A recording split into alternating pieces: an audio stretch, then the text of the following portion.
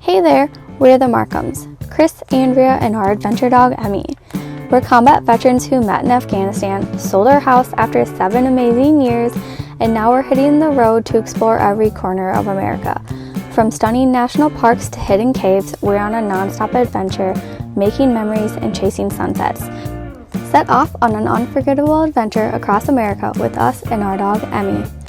Be sure to like and subscribe so you don't miss out on any moments. Welcome back to Truck Talks with the Markhams. Hello! Where were we at? So last week we were in Cortez, Colorado, which basically is probably known for Mesa Verde National Park. If people actually know about that national park. I was not aware it was a national park until I was doing our spring travel planning. I didn't know it was a national park either. But the town of Cortez is very cute. Yeah. Very touristy downtown. We stayed north of Cortez in a town called Dolores. I like that town a lot. It's very cute mountain town. Both sides of Main Street just had big old mountains going up both sides, so it was really cute, really small. A little river running through it. Yep. So pretty. Cortez was interesting in the fact that it was like sprawling. Yeah. A lot to do. Like we went to Yellow Car Winery. Yep. It's a different winery. Yeah. If you're used to normal wineries with vineyards and all of that, that's not what you're getting into. Yep. It was cool. Very dog friendly, but The owner is a mad scientist, as I would call him. yeah, very odd wine flavors, we'll put it that way. Yeah, but they do like honey mead Mm-hmm. and then fruit wines. Yep. And they have a couple grape wines as well that they get from California, I think you Yeah, said. I think so. But it was very, very interesting and very, very nice people. They're also a harvest host if you are smaller, I think like 35 or 30 foot and under, they do. I could fit us in there, but they want to keep it to smaller Yeah. campers for just in case of. So enough about the town. Let's talk about Mesa Mesa Verde. I did not think that it would be a national park that we would like a whole lot, and I don't know why. So the first day we did a scenic drive, we brought Emmie, and we did a lot of overlooks. The scenic drive is about 20 miles, but it is so slow. It is very slow. It will take you an hour minimum if you're hitting most of the scenic overlooks. And we're there for like the scenery and getting Emmie out and about, and we take pictures. We do all the touristy stuff that you're going to do at a national park because it's beautiful. And she was able to do the spruce tree overlook, basically. It's a decent little walk too. Got to see that cliff dwelling, which was pretty cool. It's actually a really cool cliff dwelling. Yeah, we got a picture with us and her, and you can see the dwelling in the background. I thought that was pretty cool. Kind of on a side quest here, but looking at some more ruins. I see footprints and it's not gated off, so I'm gonna go. Someone's got to do it, right? But I saw some cool steps over here that I think need to be explored. I can't go much further, but these steps lead down into there, into the dwellings, but it's more like cliff. So I have no idea what this does, but it's pretty. That is beautiful. Yeah, Andrea's gonna be a little mad about that one. She's got Emmie with her, but I think we'll come back and explore this again. This is the spruce tree house. It's absolutely monstrous. In my eyes, it's monstrous, I guess. I'm a Sally, so I think this stuff is just awesome. So much history. So much beauty. I love it. I'm gonna try not to die here. I was actually impressed on our scenic drive too. They have a couple different restaurants within that national park. Yes. Which was wild, or cafes, I guess you could call them. Yeah. We got a pretty good sandwich. Yeah. I had packed us a quinoa salad, and then we walked in, and you know, warm food always smells delicious. Oh, yeah. So we split a chicken sandwich that had an avocado aioli on it. It was real good. Yeah. And we got a cider, a hard cider, because it had a hummingbird on the can. So we bought the $7 cider just to have the can. Yep. I thought it was so cool. And then, what did we do the second day? The cliff dwelling tour. Yep. Do you remember which one it was? Balcony house? Yep. Oh, man. To start off, we had the coolest ranger. Yes, Was it she was Ranger awesome. Bonnie? Ranger Bonnie. She's awesome. Oh my gosh, she was great. She's been there for quite a few years too, so she knows her stuff. If we would have had just, a ranger who was just going through the motions, it probably wouldn't have been the same tour. But she was so on top of everything and just like knowledgeable and funny. And what did we see on that tour?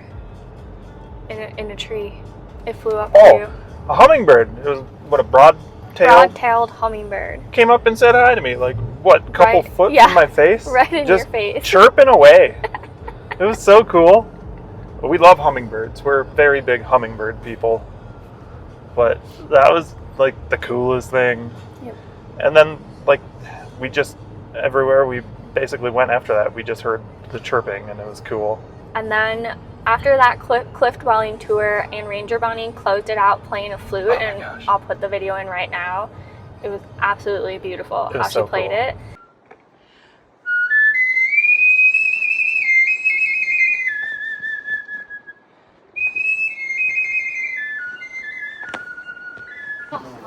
Perfect timing.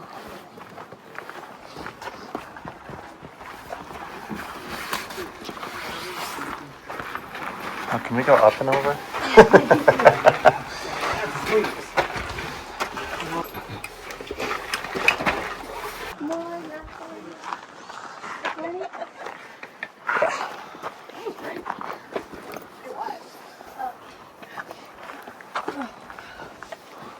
We made it. It just started raining, snowing. It's like pelting. Right at the end of the tour. That's beautiful. Yeah. This is cool. Yeah.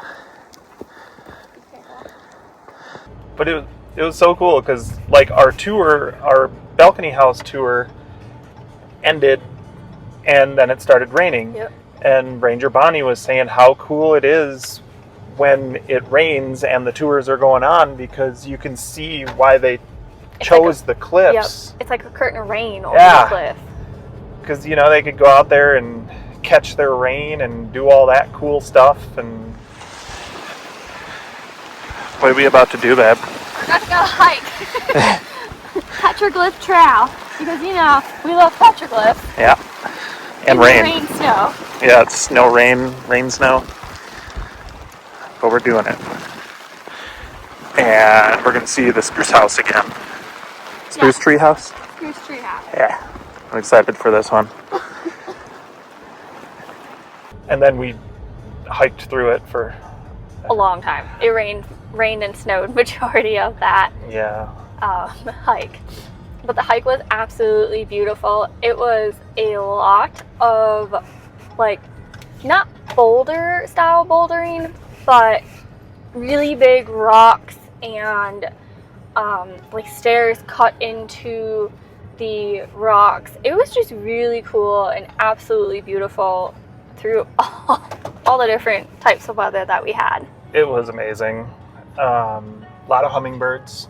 We saw a deer. We saw a big old deer. A lot of elk droppings, but no elk. Yeah, we're still searching for that elk, so if you could pray for us to see an elk. We saw a lot of random ruins throughout that too. Yep. The petroglyphs were super cool. The petroglyphs were amazing. I walked up to the petroglyphs because they had like a fencing kind of protecting the area. And I was like, ooh, what are they keeping your hands off now? Because you don't see it until you get down and around the corner, and then you're like, oh. Yeah. Don't mind me. I'm special. I just think there was such a cool place, such a unexpected. I think it's an underrated national park. I thought it was very like mesmerizing. Thinking about the way of life and that they built their living areas within the cliff dwellings, but their farming was on the top of the cliff. So they'd have to go up and down many times. So, but like the protection that they had from the weather and people in general, or creatures even, is amazing. And we literally like got to step in their footprints. Yep. And then it's also interesting when you think about the fact of they used the cliff dwelling to get water, because the rain, the type of rock that the cliff is, the rain was able to penetrate it, or is able to penetrate it still, and goes through, and basically is a spring where they built their home. So it was pretty cool. And she was saying that the river was like 3 to 5 miles from there or something like that. I think so. So they would have had to walk that and back with water. So luckily they had the spring. Luckily, I mean, they planned it. You know, they knew it was there. So, but it was so cool. Different way of life. Yeah. I would definitely say that it's probably one of our top national parks at this point. Yeah, 100%. I would definitely go back. If you've been there and you've done a cliff tour, if you've done a different one, we would love to know your thoughts on how it went. I think the Long Hill was the other one that we're able to get to. Yes, Long Hill, Longhouse. Longhouse, I think like it that, is. Yeah. That one would be really cool too, because you get to go more in depth and inside of them, whereas this one wasn't so much. Yeah. But you get to climb some ladders, which I successfully did and did not die. 32 feet? Yeah. And the spruce tree would be really cool to go through, but they had it closed for rockfall danger. Yep. Stay tuned for next week as we travel from Cortez to Ridgway, Colorado, which is just north of Ouray, if that's how you say it. And Andrea gets to do her first mountain pass. We'll discuss how that went. And we'll talk about that national park, the town of Ouray, and all of that. So stay tuned, because we're excited to explore it and do it. Make sure you like and subscribe so you find out how that mountain pass goes. Thanks for joining us on another adventure. Don't forget to hit that subscribe and like button so you don't miss any of the fun. See you next time.